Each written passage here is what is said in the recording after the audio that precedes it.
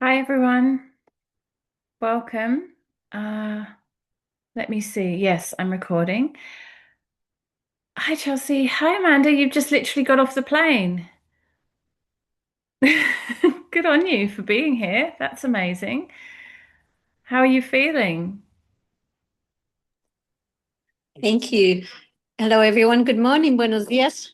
Um, it's amazing. It's sort of coming back to the future, into the future. Literally, I haven't taken my clothes off. I've just had a cup of tea and just talking to my parents. And yes, we landed in the morning. I replied to your email. Thank you. And it's great to be back, sort of, and still talking about um, what else? Peru. And so Yeah, excited. Good to be beautiful. back and getting on board with this lovely project. Yeah, amazing. I'm sure it's given you lots of inspiration for writing. So I'm really glad that you've made it live. Welcome, Tracy. Hello. Um, okay, let us dive in. I'm going to talk a little bit about course creation off the back of your book. I'm going to also start by just kind of making a bit of a kind of bookend around this program, I guess a bit of a boundary around this program, because I feel like it's going to end up kind of slowly morphing into going on forever if I don't do that. And I'm actually going to soon start promoting the next round, which will happen, I think, end of June, beginning of July.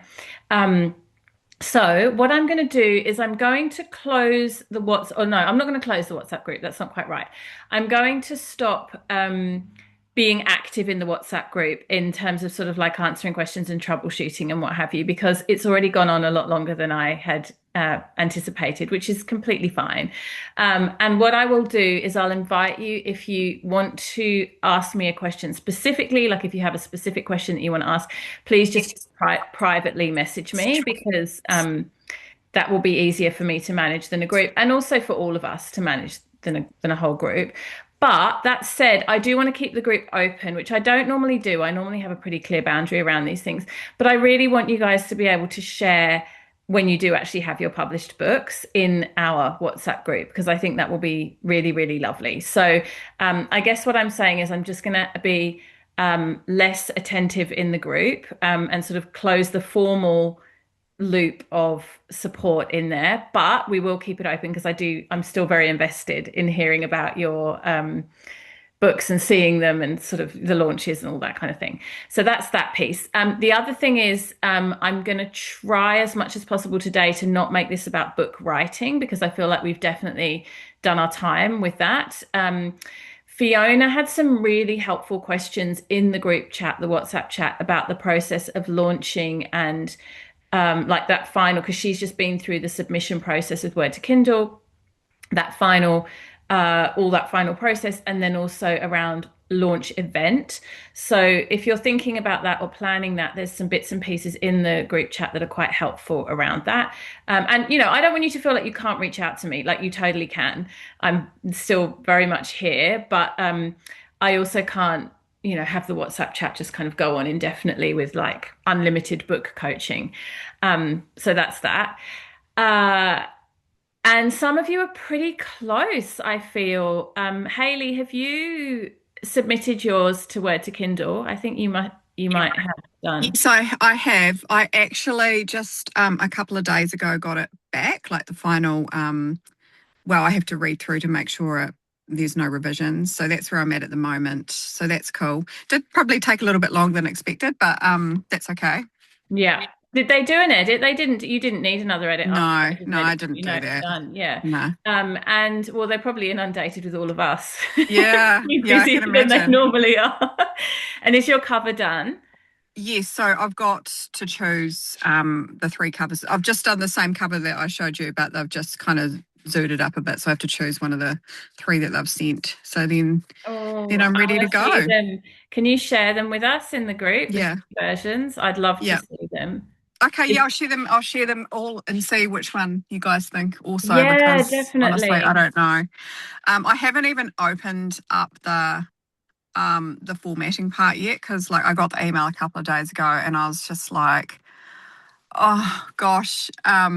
I don't know. I feel like only because honestly that the whole book writing time has every time I've done something to do with my book, I've got really sick, and I'm like, oh my gosh, I don't want to get sick. I'm in such a good space right now. Yeah. I've gone back to the gym. I'm doing all my like health stuff, and I'm like, I don't know what it is. So I'm like, oh gosh, I don't even want to touch my book stuff right now. But I think that's just a bit of self-sabotage.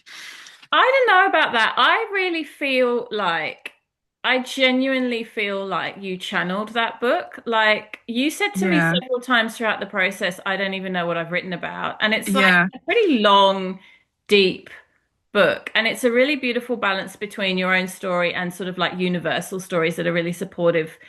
Like I really feel you nailed the balance between teachings that every are helpful for so many women, but also telling us your own story. Um, so maybe it like actually really did energetically take something out of you to write that Mm. book. Like it feels like it was a pretty full-on process. And like I don't know if you realized at the time that that's what you'd put your hand up for, but then yeah, the universe was just like, okay, you want to do this? Let's do it, yeah, kind of thing. yeah, yeah, yeah. I think that's exactly what went on because I honestly still don't really know what it's about. To be honest. I know what it's about. I've read it You and know what I've it's edited about, it, but so I'm I feel like, like it's gosh, very clear. And yeah, you know what I think will happen, and I think this will be really beautiful. I'm going to make a prediction that you have a little bit of space from it, and then when you sit down to reread it at some point, you'll probably look at it and go, "Oh, this is actually really good. I'm really happy with it." It's just because it's like so of you that, and I really relate. I'm sure all of us do. Like when something feels very tender, you can kind of also feel a bit like it just feels very vulnerable. And it's often like a reaction to that vulnerability is like, oh, I hate this. But it's not the book that you hate, it's the feeling of overexposure, like that raw feeling of overexposure, which I can totally relate to. Like, I think we've all had those moments if we're sharing authentically. In fact, I think if you're not ever having those moments, it's probably a sign that you're not sharing stuff that's really meaningful. So, yeah, a little bit of spaciousness and then it's amazing. It's amazing how differently you see things. Yeah, it's such an interesting journey, this whole book thing. It really is. Yeah. Anyway, good on you. I'm glad it's in. So that's amazing. Um, I know Chelsea and Tracy and Amanda are all still writing, so that's fantastic. I know that Fiona is well into the submission process, so that's happening and launch is being planned, etc. How are you going very quickly, Tara? Where are you at? I'm still editing. I had a bit of a break. I went to Bali and I had planned on doing some editing while I was there. I did none. And I've had a bit of a break, so I'm still editing. But my book launch isn't until August, so I'm not fretting. I've got time and Yeah. I feel good. Amazing. And you've got a deadline, so that really, really helps as well. Like it's like you know it's got to be done by a certain time, but you've also got some spaciousness. So I love that for you. That's awesome. I'm not worried. Okay, amazing. All right, so signature program. Um, I want to be clear that this next two sessions are not to kind of like try and cover the whole of creating an online course and or building something completely from scratch. That is not my intention here. What I want to do is talk you through how your book can become a program. And actually, I think in order for the two of them to work in synchronicity, the book and the program, you want the program to be as closely aligned to the book as possible. So if you notice in this process of planning your course that you're going quite tangential, you're coming up with new ideas, you're wanting to add in a whole bunch of new things, like it just feels like you're sort of not sticking closely to the format of the book. My strong recommendation would be that's another course or program, right? So by all means, keep those ideas. You might have some fantastic ideas. Write them down somewhere else, formulate them somewhere else, start a new chat GPT chat with them, whatever it is you need to do. But separate them from the course that goes with the book, which needs to be fairly closely in alignment to the book. And there's a couple of reasons I'm saying that. One is so that when you're selling, you are selling them together because the strategy of them kind of working together is important. But the second reason is not spending so much time in course creation that it's like starting from scratch, right? If your course is just so completely evolved from your book, like morphed from your book, you're basically just starting again. And then we've just into the realm of course creation, which is a whole other beast. Now that said, there might be some small variations there. So I'm going to sort of contradict myself now and say that for some of you, especially when you're thinking about who your demographic is and who you might be selling your course to, there will be some tweaks and some nuance. So, for example, just to pick two of you randomly, Heather's course, I'm imagining, is going to be more for a corporate type of client, whereas her book is sort of for corporate and main like others. And so I'm imagining that her course might have more of a leaning towards that corporate client languaging and sort of like structure, and even the sales page will be oriented to that demographic more than the book, and that's okay. Another example is Fiona, who is going to create a course that teaches people how to facilitate singing, mostly for people that already do some kind of other facilitation. So maybe they're yoga teachers, maybe they run women's circles, maybe they, run other trainings, and they would like to include singing as a component in what they already do, which I think is so brilliant. And her course will be oriented around that. But so you might have a client avatar, a customer avatar in mind that is slightly different to the avatar of the book. But even with that said, I still want you to, as much as you can, use the structure and use the bones of the book, because that is the low-hanging fruit. If you start trying to reinvent the wheel, you will just create a Pandora's box of work for yourself, and then it's not the simple, smooth pathway it should be. So my recommendation is that first of all, you've got to get your tech sorted out, right? There's no point trying to create an online offering if you're not already set up to do so with some sort of content provider like portal. So we've talked about this a little bit. At the moment, I'm recommending Podia. The landscape changes all the time. As you guys know, I'm with Kajabi, but I'm now pretty unhappy with Kajabi because I think they're really overcharging. So I'm not recommending Kajabi, not because it's not good, but because it's too expensive. I really like Podia. For those of you who are starting from scratch, if you're looking to build a sort of infrastructure of course content, website, etc., Podia is low cost and it's really good. I'm not an affiliate, I just think they're good. But if you already have a website and you already have some infrastructure, then it's looking at building on that. How can I create a course given what I've already got? And we'll open up for questions and answers in a minute. I'm happy to answer those questions specifically for each of you. If you tell me what platform you've got, I can tell you what I think could work. So the first thing is the tech piece. Get it sorted so that you can take payment, gather email addresses, and somehow deliver the content of the course. And what I would absolutely not do, cannot strongly enough emphasize, do not do this, is try to do some sort of manual thing. So do not try to I'll just email them myself and I'll send them Zoom links and I'll kind of just do it with a Google Doc or something. That is not sustainable, it's not scalable, and it's also not that professional either. So these days, getting a platform that can curate your content and then deliver your content automatically is so inexpensive and so easy that I would very much recommend you do it yourself. Fiona's asked a question, would you outsource Fiverr, etc., the setup of the page and tech, etc.? Honestly, no, I wouldn't. And here's the reason why.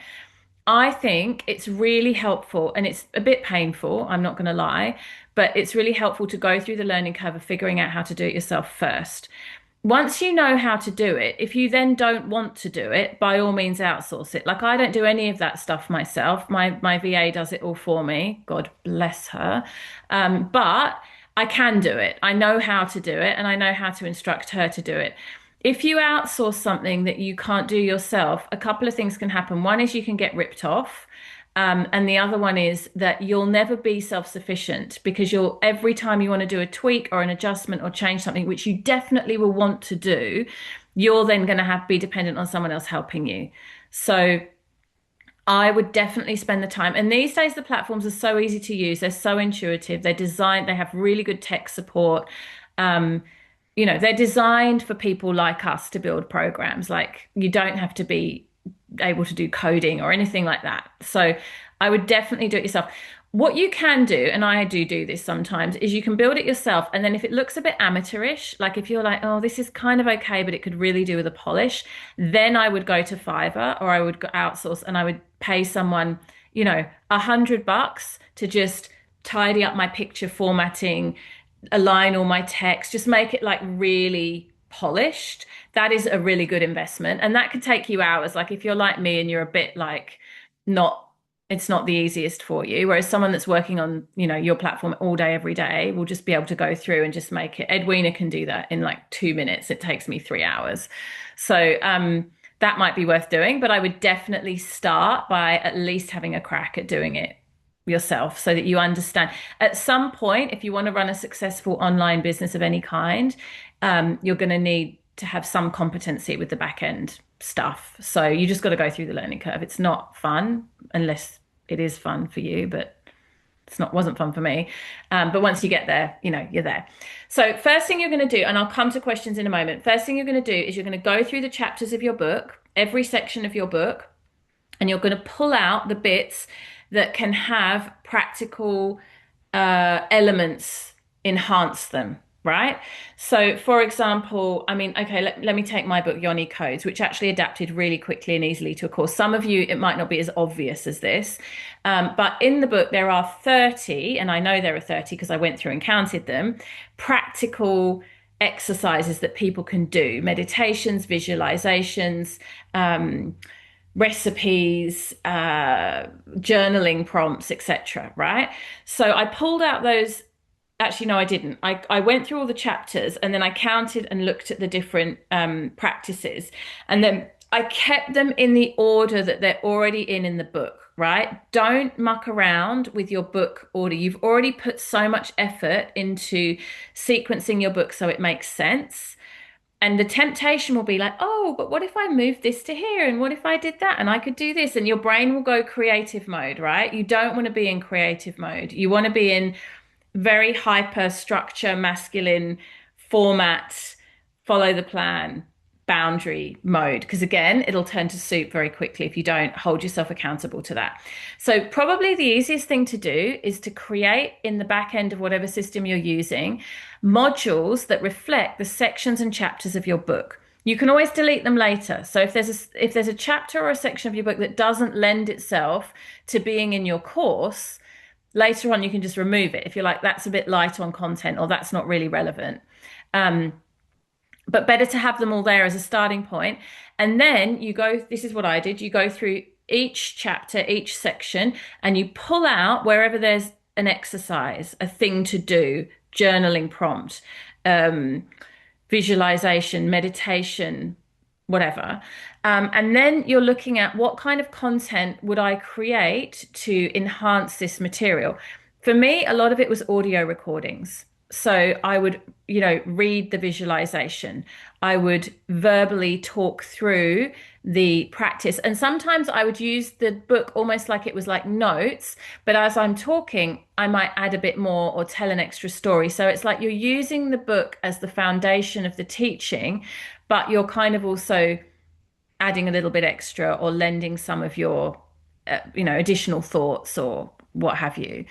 And you really also want to try to make sure it's not an audio book, right? So you're not just reading it, you're kind of narrating / teaching it. So don't just sit and read the whole thing, but you can use it as a foundation, if that makes sense, or like a springboard. So then you're going to go through and you're going to create your course content, right?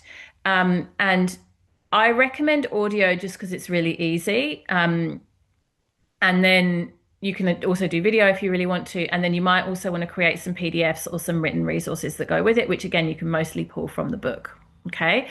So this creates your portal of support materials.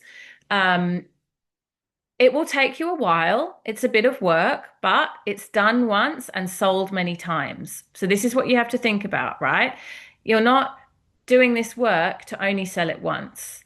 You're doing it to sell it hopefully hundreds of times. So yes, there's a time investment in the beginning and you don't get paid straight away, but you do get paid. And if you're smart, you get paid for a long time. So just think about it in that way.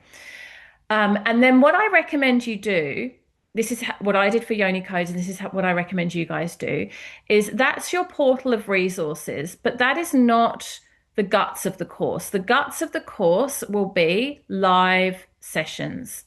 So then you're going to add in, let's say, 4 sessions or 6 sessions live, and you're not going to overly hyper prepare for those. So I would not recommend that you create like a PowerPoint presentation and like a whole bunch of extra teaching aids and resources.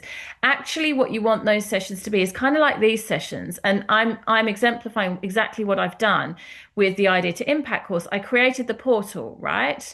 In fact, full disclosure, I hadn't even finished the portal when we launched. I drip fed you the modules, which was partly I did that deliberately because I knew I would not want to overwhelm you. It was also because I was actually creating the content as we were in the container, and it was the first time I was running it. And some of it was a bit like, I just want to see what happens here and what people need. And, I don't recommend you do that. That's for someone who's feeling very confident. I've run a lot of online courses and it doesn't stress me. But if you're at the beginning of doing this, that's really stressful. So I recommend you have your portal ready before you launch. But then it's going to be a case of showing up to facilitate. And yes, you'll have themes for each week. Let's say you're doing 4 weeks or 6 weeks, you've got them broadly themed, but it's not highly structured or curated. It allows spaciousness for people to explore the material, to tell their own stories, to listen to other stories. It brings it to life. And this is where the value of the course is. So a reframe I want to offer you, please hear this. This is really important. You're not giving, the course purpose is not to give lots more information and content, right? This is not the purpose of the course. The course purpose is to create community and a sharing environment in which the book content is explored, right? So yes, you will give a bit of extra content. I think that's lovely to do, some audios, some PDFs, maybe even some videos. But actually what you're doing is it's almost like an extended book club, right? Just about your book, and you happen to be the author. It's a facilitation of the work in the book. And honestly, I ran the Yoni Codes course last year. I haven't done it again this year. I want to. I've just been, my schedule's been really full. It was one of the highlights of my year teaching that course. I loved it so much because the women, because you get to see your work come to life and you get to see the impact it has on people, right? Like you've just put your heart and soul into this book. And writing a book is a lonely old business and you have a lot of self-doubt. I don't care who you are, that's just the process. And a lot of wondering who will read this, how will it land for them, all of that. And then you get to be in a group, in a container with a group of people that are actually genuinely engaging with it and getting something from it and learning and growing, and it's just so wonderful and very affirming. So as you're thinking about pricing and as you're thinking about what the course will offer and the value of the course and selling the course, which is also part of it, don't get stuck in thinking, how does this add more value than the actual book? Like, I'm just giving people the same information that's in the book. How can I charge so much more for this?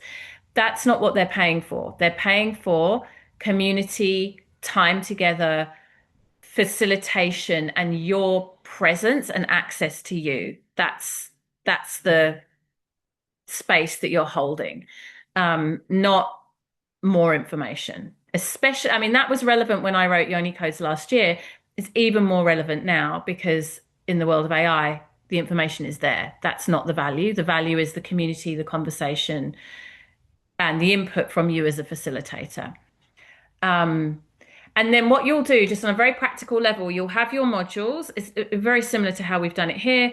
And then you can either upload the live calls as they're happening into that same portal, or, and this is what I do, because I know I'm going to run multiple cohorts of each of my program, I don't put the live calls in the main content container. I'd put them somewhere else. So you've seen, I actually put them on a landing page as a regular website page. I upload the videos into YouTube, and then I embed them into my website page.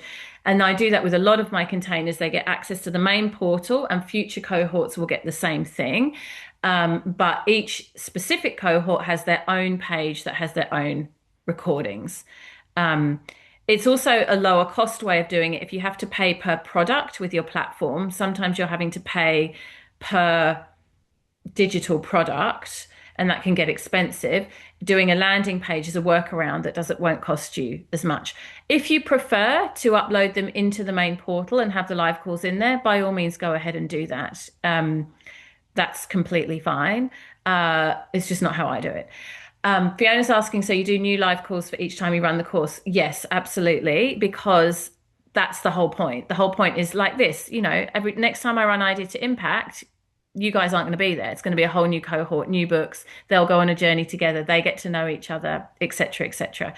There are other ways of doing it. Some people keep the cohort okay, so I could, in theory, bring a bunch of new women into this container who are going to start their books now, and then we're all just kind of in like an ongoing sort of membership situation. Personally, I hate working like that. It feels I like a beginning and an end. That's just how I like to work. And I like to have a feeling of conclusion and, this space has ended and we've achieved what we set out to achieve and a new space opens. If you prefer a more membership style or sort of like a ongoing rolling style container, people do that. I don't even like being in them as a participant because I'm just results oriented and I'm like, I just want to go in, get my result and come out again. But that's a bit personal preference. So, that's up to you. Another thing you can do is you can also sell your course without the live component if you think it's robust enough, and you can sell it for less money. I wouldn't start with that. I would think of that as a plan B for later, if that's something you want to do, like an evergreen product. But for now, I would definitely start with a live product. Okay, let me just pause and have a look at the chat before I talk anymore. So Chelsea's saying she uses Ivory, which is an all-in-one platform. She's really happy with it. They have a good end of financial year sale, 50% off. Great. And it is really good. Edwina uses it too. So yes, that's a good option. And then Fiona said some people have the live recorded and just embed them in a cheaper repeat version of the course, I think. Yeah, so you can share. You can do that. I just think live is where the energy is and where people get the aha moments and the breakthroughs. And I also think, I'm not saying I never do evergreen. I do. I have evergreen products in my, that I sell. But I think when they've got the book, what they really want is access to you and access to a container. It's like there's something about meet the author kind of vibes that really segues them from the book into the course in a different way to other containers. And then Chelsea's saying, I think it's important that you protect the safety of the participant, and the program content would then be accessible to all cohorts. Yes. So again, we can make personal choices around that. But if you are going to record something and you're going to share it with future cohorts, you do need to let people know that. You need to let them know this recording will be available. It's still behind a paywall. It's not going to be on social media or in public, but it will be available to future cohorts, not just this group. And then Heather's saying, would you have a lower entry course to sell into high ticket for me than offering an in-person paid for by the organization? Yes, of course. So that question, Heather, is more around what we call your offering suite or your range of offers and how they segue together. I'm a big fan of the good old-fashioned model of give a freebie, give a low-cost item, and then upsell to a higher cost item. I've built my whole business on that. It works really well for me. I like it for a lot of reasons. One of the reasons I like it is because it's super ethical. People can join at all different price points. If someone is genuinely low on funds, I can give them something of value for free. If someone can invest a small amount of money, I can give them something of value for a small amount of money. And if someone's willing to invest and go deeper and wants a lot of my time and energy, they can pay for that too. So I love that business model because it feels very inclusive. And it also feels very fair. I have a clear boundary around what I'll give for free. I have a clear boundary around what you get in low cost. And then, I really want to deliver an optimum experience in a high cost container. that's sort of, yeah, we're getting more into like business development there and sort of like what structuring your range of offerings might look like and how that kind of interplay, like how that pyramid or funnel, whatever you want to call it, stacks and works. And there's a lot of nuance and conversation around that. But it's one of those interesting things where it's complex and simple all at the same time, because actually all you need is a freebie, a low cost offer, and an upsell. That's really all you need. And people wildly overcomplicate it. And your low cost offer, in case you're wondering, is your book, right? And a book is the most brilliant, brilliant low cost offer, because when people have read your book, they really know your work, right? Like they really get you, and you know, if someone's come from the book into your course, they are already your perfect aligned customer. They're already, you're going to be teaching to the choir, which is brilliant. But like it's a filtering process, right? And it feels like it really gives a lot of value. Like when people read a whole book, you're giving them a lot at a low price point. In fact, a sneaky way of actually, I've done this the other way around as a consumer, right? So I've gone to coaches and teachers whose work I really like, who sell courses for thousands and thousands of dollars. An example I can think of right now is Jeff Walker, his launch book, and another one is Marie Forleo. She wrote a book called Everything is Figure Outable. They charge thousands of dollars for their courses. Jeff Walker charges thousands, so does Marie Forleo. They're really expensive courses. And most of the information from their courses is in the book. So for $30, you get their IP in a totally ethical way. And if you want to do the work and actually not pay thousands of dollars to do their courses, it's all there in the book, or at least a lot of it's there in the book. So as a consumer, you can also flip this and kind of get a lot of value from the book. And then also, it's really lovely to be in a paid container and get that level of support. I don't think, Heather, that you should be I don't think that you should be putting specifically about your courses in your book, because you don't want your book to feel like it's trying to sell something. And if you did have a book published by a mainstream publisher, they would not permit that. In fact, actually, part of negotiation with a mainstream publisher, a significant part, is whether or not they'll include your website address, because a lot of publishers don't want to, because they don't want it to seem like it's a sort of infomercial type thing. I negotiated hard with a firm to get my website address put in my Trust Life book, and I took a cut in upfront commission for website inclusion. That's not uncommon, because they're not stupid. They know a book is a brilliant marketing tool. So for me, it was definitely worth taking that cut in commission, and I know it's brought me lots of customers. So yeah, there's that. But I would put your website definitely, and I would maybe even put a QR code thing. You'll never get a publisher to agree to that, but why not if you're self-publishing? But I wouldn't specifically start trying to sell a course. What you want to do is send them to your freebie and then get them in a funnel, and email will do the selling for you.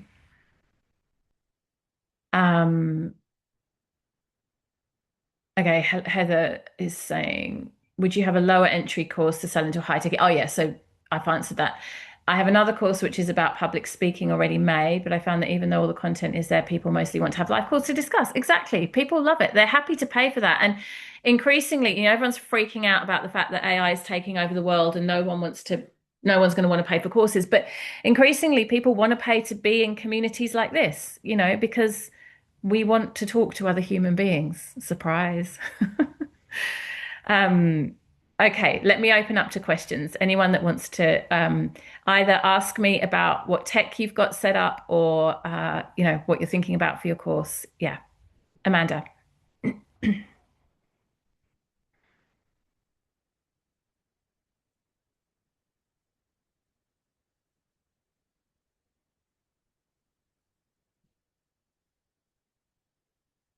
Oh, I think we've lost it. Oh no.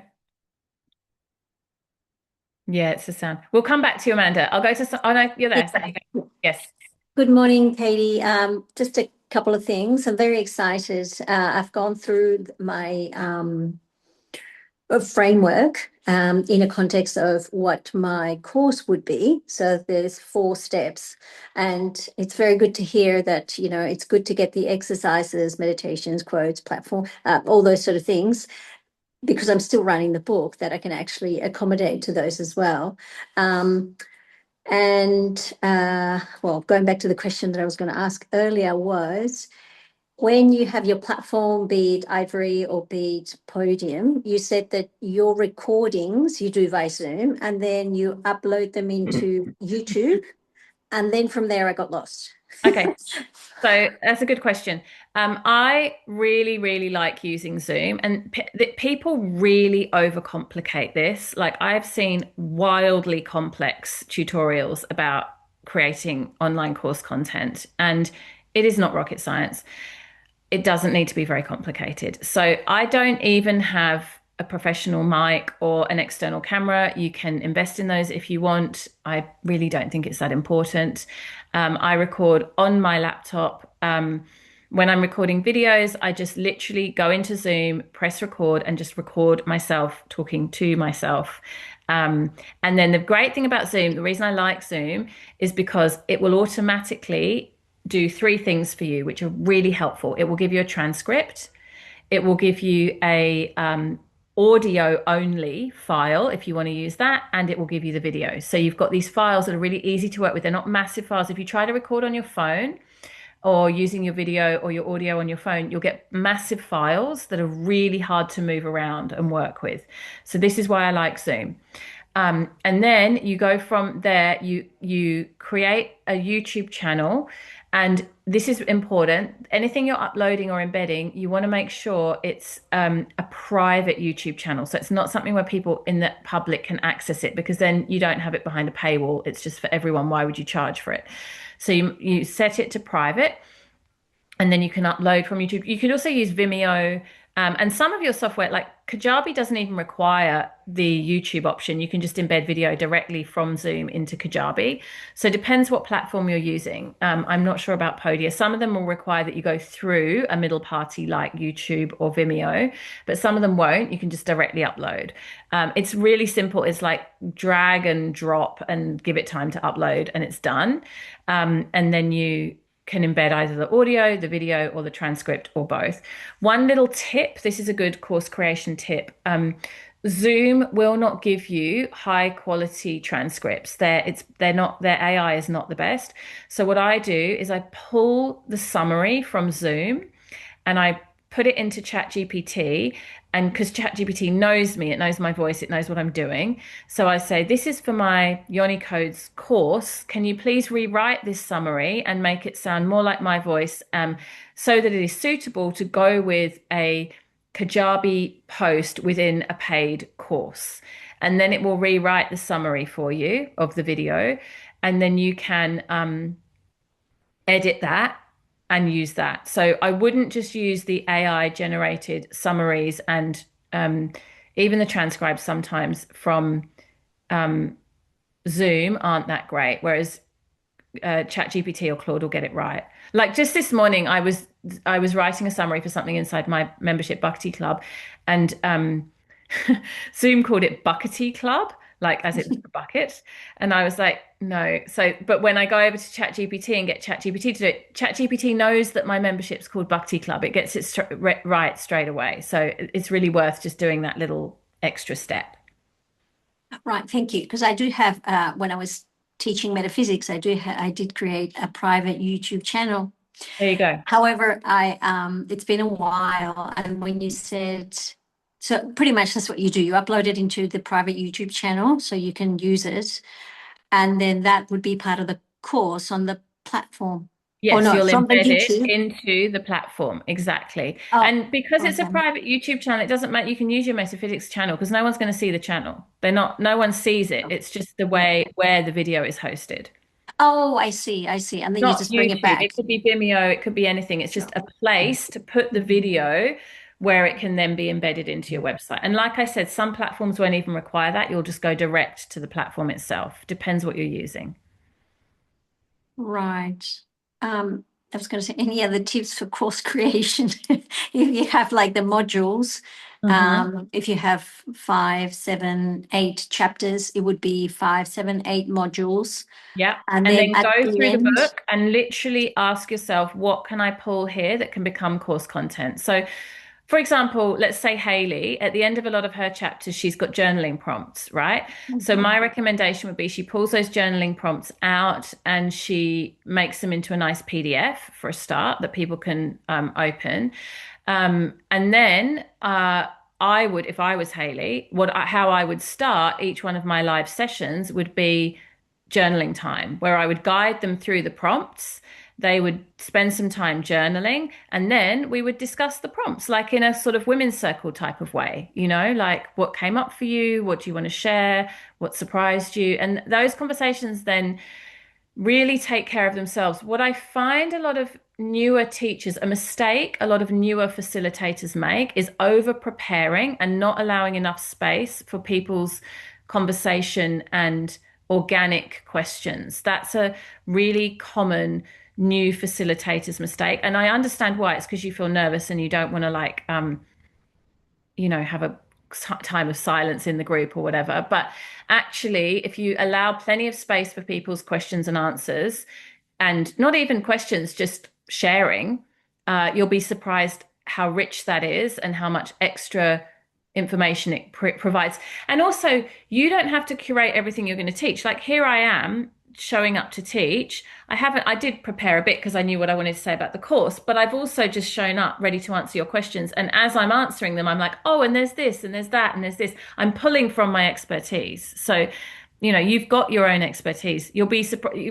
You'll probably have the same problem as me, which is that you run out of time every time. It's not that there's not enough to say. There's too much to say. Thank you for that. And just one last question specific to what I'm doing. The target market is something that I'm sort of, it just came up for me. You've got a fascinating target market, and you and I should talk about this privately because I'm at the moment doing a lot of research into Orthodox faith and the crossover between Orthodox faith and Bhakti and yoga. And I'm doing it because I'm personally interested because my boys are christened Orthodox, and I've just been reading some very interesting things about Orthodoxy and how anyway, it's very interesting to me personally. I don't know who the hell is interested in that. I really don't, because the Christians don't want it because it's yogic and it's, not their thing. And the yogi people don't want it because it's Christian and it's not their thing. And so, but I'm sure there are some people that want it. We can't be the only two people who are interested in Christianity and yoga, Amanda. So there definitely will be a crossover, but it's going to be a niche. I'm really, really happy to have that conversation with you because it's actually something I'm personally very interested in at the moment anyway. I'm looking forward to it. Thank you so much, Katie, and God bless everyone. I'm so excited to be back. Thank you. Yeah. Awesome. Any other questions, Fiona? Yeah, I'm just mindful. So coming off what you've been saying about how the book content translates into a course, and from my book and my concept, I almost think it's going to be like, if you haven't read the book, you need to read the chapter kind of as homework, because 100%. Yeah. You won't be able to teach your course because you're actually teaching facilitation. So they need to know the content 100%. And what you'll be doing, yours is a little bit different to not everyone else's. You and Heather will have a lot in common, I think. And maybe Tracy as well might also fit a bit into the same sort of area. But what you're going to require, first of all, I think most of the people are probably going to have to be facilitators of some kind already. Like, you're not going to be teaching the fundamentals of space holding and facilitation because that's a separate course.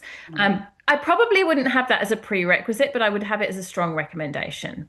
And then the second part is going to be they have to be familiar with the material because you're going to then be teaching them about facilitation of the material. So I imagine that your course will have a slightly higher price point than most of the others because there's an actual tangible outcome, maybe even later or immediately if you want to do it, some sort of certification or some sort of like validation of what they've done. And because of that, there's a study component, there's a requirement, like they are going to have to do maybe some homework, maybe some prep work, maybe even some presentation to you towards the end of something. Because I think in terms of experiential, like it's very hard to sing with Zoom. It's not impossible, but the singing experience using Zoom, because of the sound, problems, means everyone's on mute and they can hear themselves and me, which is actually quite liberating. It's actually Hmm. very liberating to play with your voice that way. So my idea would be like to start each session or maybe each session with like a vocal play, a vocal like actual thing, and then talk about how that felt, and then talk about maybe something from the book that relates to that. So Yeah. Amazing. because And yeah, so what you just said then, that's a module, right? mm, How to mm, use Zoom as a facilitator and mm, why it can mm, actually be quite liberating that mm, everyone can't hear you. And mm, that, really lends itself because people would think maybe, oh, singing online, maybe not so great, but maybe there are reasons why it is great. mm. So all of that stuff that to you probably seems quite obvious because you've thought about it and you've done it. This is the trick with the course, right? This is another thing. I'm glad this has come up. You'll be stating and talking about and teaching things that to you feel really simple and really obvious. But you've got to remember this is your zone of genius. This is your area of expertise, and everyone else does not know this. So simple and basic and what to you feels obvious is actually a gift to your students. You don't want to make it complicated and confusing, and it's not an opportunity. It's like I always say to yoga teachers, it's not an opportunity to show off your own practice. Um, and I can't stand it when yoga teachers teach yoga in that way. Like it's really, to me, they've missed the whole point. And likewise, this is an opportunity to sort of like showcase our expertise. Hopefully, the book does that. This is an opportunity to have people engage and feel uh, inspired to share, and yeah, like um, that it's a really safe space. Yeah. I just one last comment, and then because like perhaps slightly different to other people, like my bottom line is that actually singing, like it's just something that everyone can do. Like it's just so baseline that it's almost giving people permission to reconnect with that rather than actually having to teach them, particularly on top of something that they never thought of or never knew about. So I think it's going to be like a giving permission and giving space Yep. to connect with that Yep. as a strong part of it. And And I then, agree. And yeah. also a big part of your marketing can be because you're working with people that already do facilitation, it's a way of overcoming fear.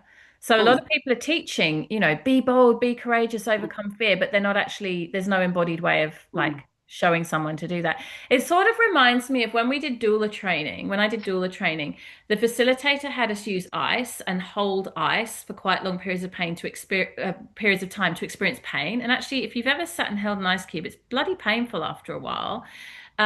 And it teaches you about the sensation of pain. And then when you're talking about contractions and pain, you've sort of got some kind of tangible thing. And I kind of feel like the singing as an additional modality for a lot of people will be an opportunity to do something in their containers. Like, for example, yoga teacher training, I could see including, an element of using voice, and it's very relevant to kirtan as well, as a way of getting better at, speaking in public and overcoming mm. fear and being, personal expression and all of those And things. listening. Right. So that's going to be your marketing angle. That's Mm, definitely going to be. And I think if we can work on a really good sales page for you, which brings me to another point, your sales pages, I've put examples in the WhatsApp group, and I think they're in the portal too. Matter. They matter so much. You need a good sales page for your book, right? You need a whole page on your website just for your book where people will go to buy it and it will really showcase it, and you'll talk about why you wrote it and who you are and where they can buy it and all the things, right? So if you're not sure what should be on that page, go look at mine and start creating one because that is very, very important. And then off the back of that, you'll also create a sales page, meaning a website page, a landing page for your course. Which what I would recommend you do, build the one for the book first and then duplicate it and turn it into the one for the course because there'll be a lot of duplicated material on that. That's exactly how I did mine. Um, the other thing that will happen is you'll get testimonials starting to come in or reviews of the book, and then you can use those to help with marketing on the sales page for the course. Katie, can I ask, Yeah, in relation to my book, I have a lot of different segments of teaching that are related, but they're like could be their own force in their own right. Should I be trying to make something that kind of includes everything or making multiple different smaller programs? Like I feel like there's a lot. definitely not the second one. No way. Okay. One course, and maybe what you're doing is giving higher level overview rather than a Yeah. real deep dive into every section. Or it's a course and it's a high ticket, really in-depth deep dive course is another option. Yeah. A course Okay. is an umbrella for a really big program and a piece of like a coaching program that, lasts a year and costs a couple of $1,000s or that type of thing. Um, Hmm. You've definitely got that option. I think, especially with your book, I mean, I've looked at your book, it's really robust. So you could do a long, deep dive at a higher ticket price. Yeah. Um, what I would, or you do a higher level overview, lower ticket, shorter time. That's also fine. Do not, and this is advice for everyone, chop it up into lots of pieces and make 10 different courses. That's a nightmare for marketing. You won't make any money. Just no, hard no Yeah. on that. Okay, I got that. And in relation to thinking about the different types of clients, because I feel like I have three, right? I have the ordinary person who really doesn't know much, who's picked up the book, and I get lots of people sending me emails in that kind of universe. And then I have the like corporate leader, executive, someone who's like, oh yeah, I really want to take what I know to the next level. This is going to help with my facilitation, communication, blah, blah, blah, public speaking. And then I have the actual corporation itself who might employ me to come in and run a facilitation live. Yeah. How do I manage those three, or do I just choose one, like in order What to be I able to would put it do through? if I were you is the book is there for the ordinary person, and that is your service to them at a low cost price point. I would exclude them from the course creation because they're not where you're going to monetize. They're going to be much harder to get big investment from. And I know you want to do more work in corporate. So then I would be pitching the course at corporate individual and corporate organization. I'd amalgamate the second two, and that would be my customer avatar. And I'd try to speak to both, which I think you'll be able to do because it's similar languaging. And I would have the course be for those. Maybe it's like it's for individuals, but whether those individuals pay for it themselves, and they work corporate, or the organization pays for it, but then we're all individuals anyway attending. But it's the same product, which is the online program. I wouldn't offer then an in-person, like for a slightly higher price if the corporation wants it. You can offer the same program online and in person, definitely. That's an extra layer of selling and positioning that I would do as a second phase. So the order I would go in is I would go book, then I would go corporate uh, clients and businesses, corporations, like HR departments, for an online offer. And then once I'd run at least one round of that and I'd got some solid testimonials, I would offer it as an in-person experience at a much higher price point. But you've proved your model by having run it online, which really then will help you with selling. The combination of the book and the online course will really help you with selling the in-person. Proof of concept and testimonials and all those things. Okay, great. Who's next?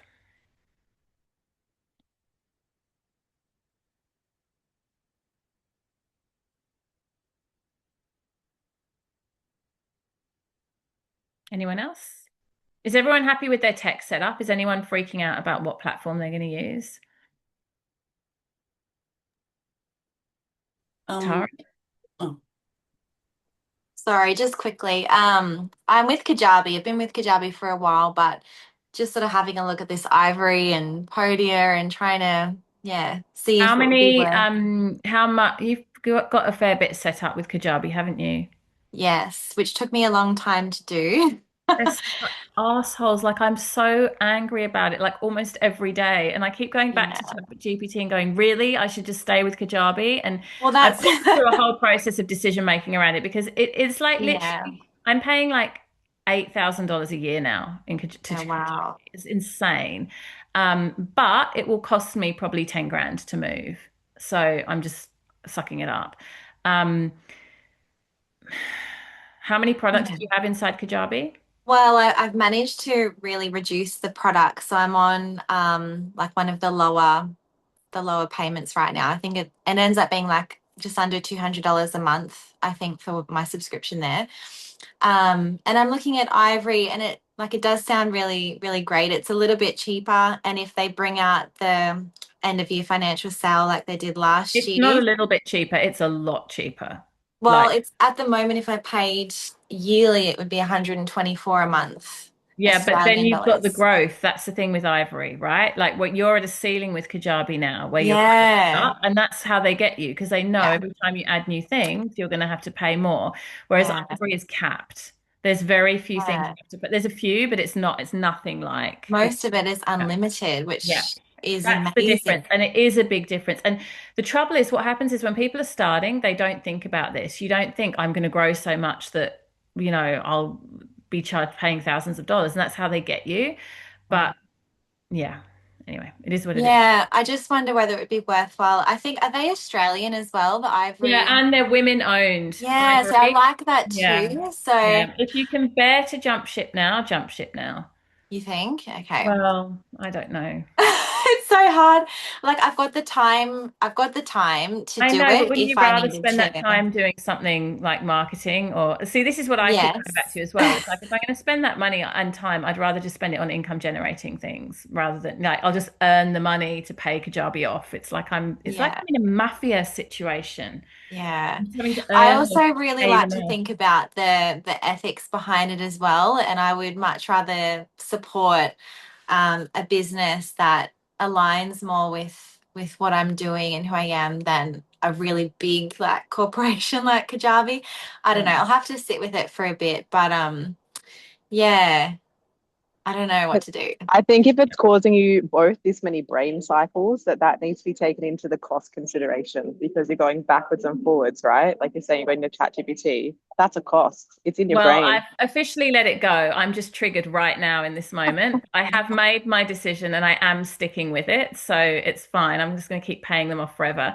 I actually did, even this morning, I revisited it and I was like, yeah, no, I'm going to stick with them. But I'm no longer affiliate. I was affiliate and I'm absolutely no longer affiliate.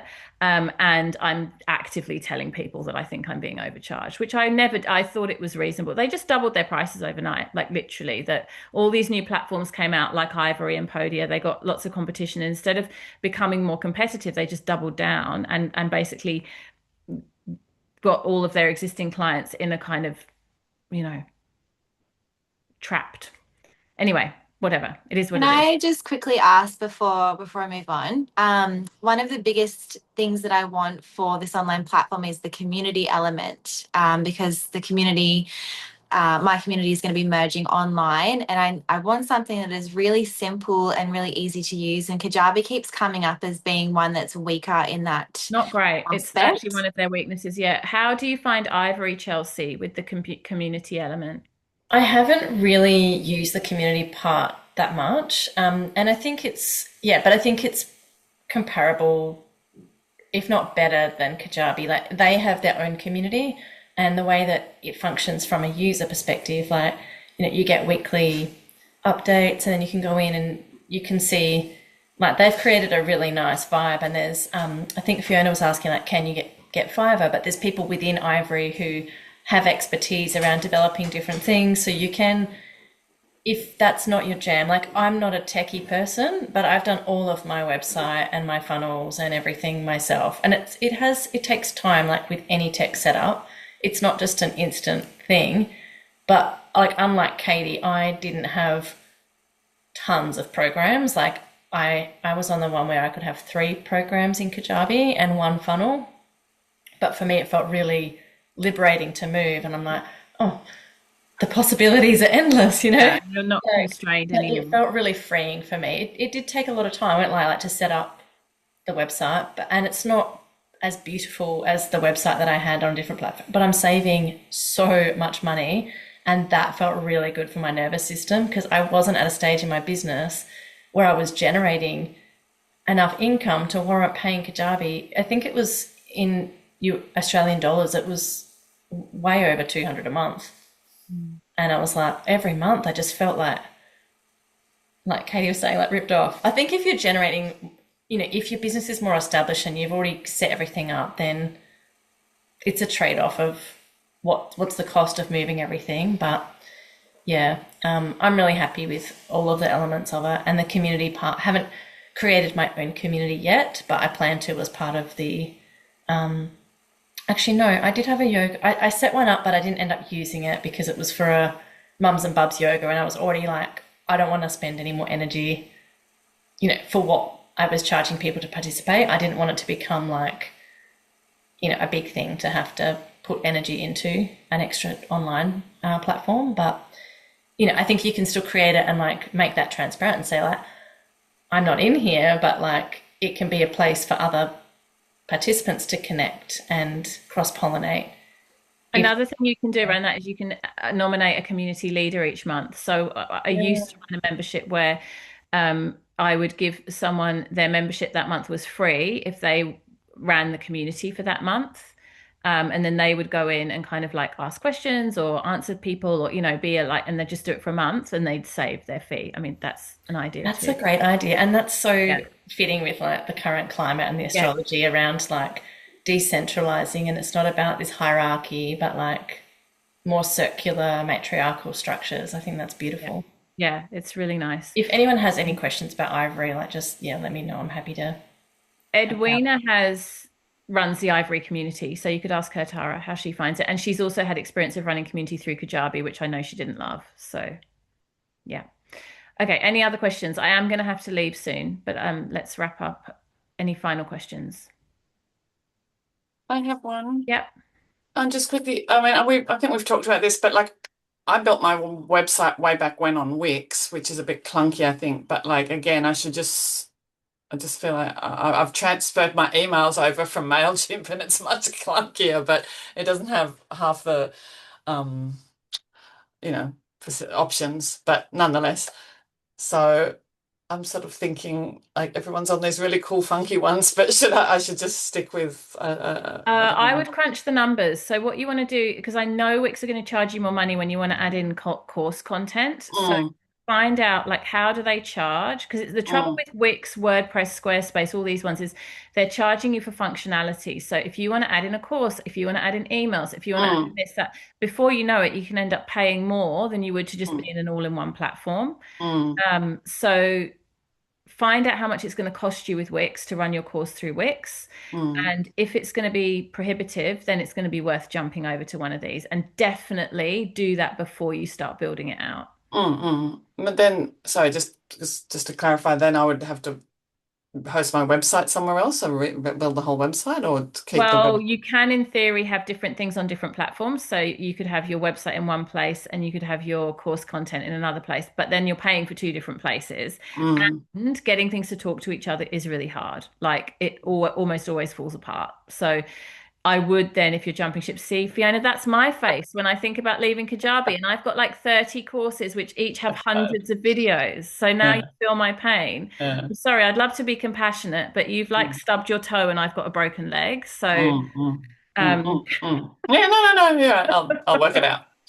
Ivory do have like templates, so you can literally just add your brand colors and they've got different all different. Like you can build it out quite quickly, but you still have to build it out. Like it's still a thing. And Amanda's asking, what about Podia? And I really, really like Podia. I personally like Podia more than Ivory because I find it is a little bit easier to use. Ivory is a tiny bit more clunky and a bit more, like, for example, with Ivory, you have to build a funnel if you want to have a flow in your work, whereas Podia is very simple. It doesn't have the same functionality, but it's cheap, it's really easy to get started, and it's really simple. So I love it at the moment. It's definitely my number one, but Ivory is up there, and I do really like the fact that Ivory is women-led and Australian. I do like that, and it's good, it's fine. It's just a little bit more tech heavy, mostly because it has so much functionality. Like it can just do so. I know you have to go. I think we all have to go, but just very quickly. So in terms of the course, the book and the course, so by the amount of kind of stuff, things that need to come together for the course. There's going to be a bit of a lag between launching the book and the course. I mean, I know you've said you can launch them together, but I think that's beyond me. And also, I just want to launch the book. Like, I don't want to wait another couple. That's okay. I think, as long as you're still feeling like you're riding the wave of the book and it's not just like a year later and it's kind of like really fizzled, but a couple of months, 2 or 3 months later is fine. And actually, you can just think of the book as the warm up for the course. And every bit of marketing that you do, course coming soon, use it as a bit of a teaser as well. Yeah, that's totally fine. Okay, thanks everyone. I will see you same time next week. So if you get started on something in the next week or so, even if you just go into your platform and build out your modules, if you've got more questions next week, we'll catch up and I can answer those then. Take care, everyone. Have a lovely weekend. Thank you, Katie. Thank you so much, everyone.